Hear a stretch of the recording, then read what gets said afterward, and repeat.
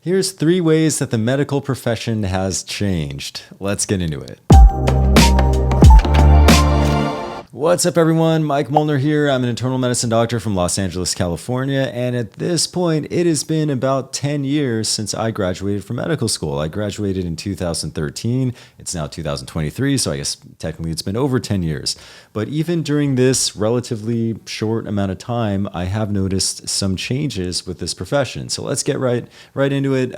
Number 1, where'd the white coats go? So back in the day, the white coat, long white coat, was very much a symbol of the doctor. In fact, we would have very formal white coat ceremonies when you start your training to go into medicine. But then I think what happened over time is other medical specialties started wearing the white coat. So that you had nurses who would wear it, physical therapists would wear the white coat, pharmacists, although I think they probably always wore the white coat, but more people started wearing the white coat. So it became less and less a symbol of just the MD medical profession. And so I think that with that came maybe some more leniency in the dress code, if you will. And weirdly enough, what has in many cases replaced the white coat is the ski jacket, the fleece. And that seems so random that now something that you would wear at the ski lodge has now become the new standard of dress for physicians. Now, some doctors still wear the white coat, but it's definitely not as common as it was when I was in residency. Especially when you were a resident, when you were in training, you wanted to look a little more formal. You had a starched white coat on.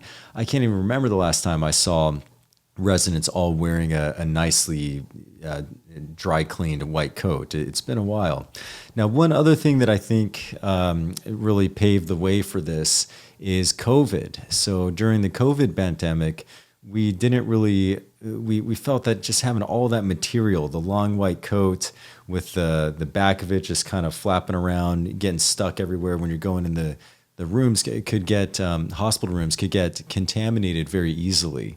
So that was, I think, another thing that turned off a lot of doctors to wearing the white coat. And so we would prefer to just wear scrubs more often. And that's the other thing too. Formal clothes, shirt and tie, kind of got rid of that during the COVID pandemic. Scrubs became the more commonly worn article of clothing, at least in the hospital. Number 2, medicine went fully electronic. So, and I'm saying that I sound like a dinosaur, but believe it or not, even 10 years ago, not all the medical records were in electronic form. We still very much had the paper charts. I can remember one of my tasks as a medical student was to scurry along in front of the team and collect all the paper charts for the patients that we were going to evaluate. These things were big. Each chart was like that fat, and I would be carrying 5 or 6 of them, and maybe even more, whole stack of them, and it was heavy. And but that's how we did it. And then we would flip through all the notes and try to decipher bad handwriting, and that's just how things went. In some cases, it might have been easier because you were less verbose in the notes that you were writing, and there was less to keep track of. I think now with these electronic medical records, all of our progress notes and hospital summaries are all typewritten. It becomes all too easy to copy and paste. So you're copying and pasting long paragraphs from your old notes, and it just can become kind of a mess. In a way, I think that when you had to handwrite everything, you had to really think, is this important enough to go in this document that it's going to warrant me getting carpal tunnel, laboriously writing this by hand. So everything was a little more concise before, but that's totally changed. Now all the records are in electronic form, I think, in most healthcare settings. And one thing that I thought would never go fully electronic was the prescription for opioids. So prescription painkillers, for the longest time, we had to handwrite those on a special script, a script that had even a barcode to make sure that it was official. And then we would sign it by hand, a little more of a formal process. But now even that is electronic. There's still a lot of safeguards in play to make sure that only a doctor is authorizing the prescription. So, one common thing is you'll see it actually linked to sort of like a secure token on your phone. So there's still ways to make sure that it's keep everything official, but even that has gone from handwritten to electronic.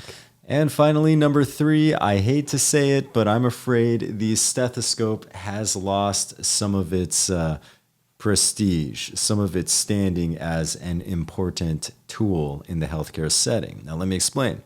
This is still really important. I still carry this to work every single day. Sometimes we joke that it's becoming more and more just like a fashion statement, like I was going to say necklace, but it's actually more like those little feather boas that is, I don't know, some people in the 1920s would wear, I guess.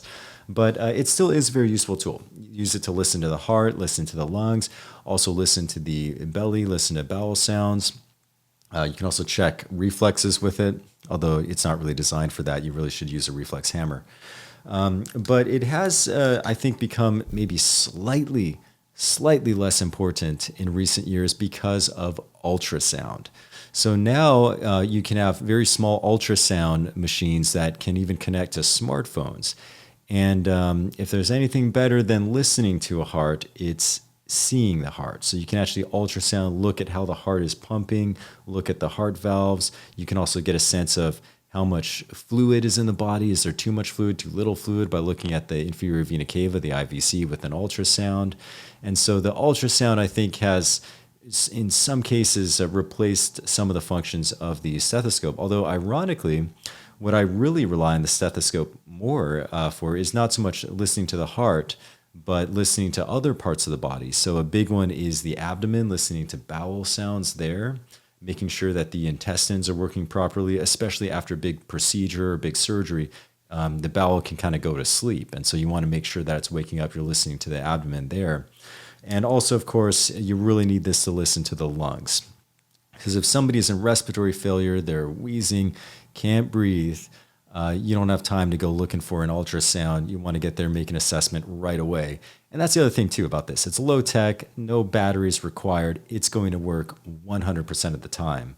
The last thing you want is to pull out your ultrasound and then have it just kind of have the battery just shut off right when you really need it in an emergency. So because of that, even though maybe we rely more, or we now have other devices that can help us in our physical exam, I think the stethoscope is still important, but it's maybe slightly less so than it was 10, 15 years ago. Okay, thanks for checking out this video. If you enjoy medical content like this, feel free to hit the subscribe button there or check out another video right here. And I'll see you guys next time.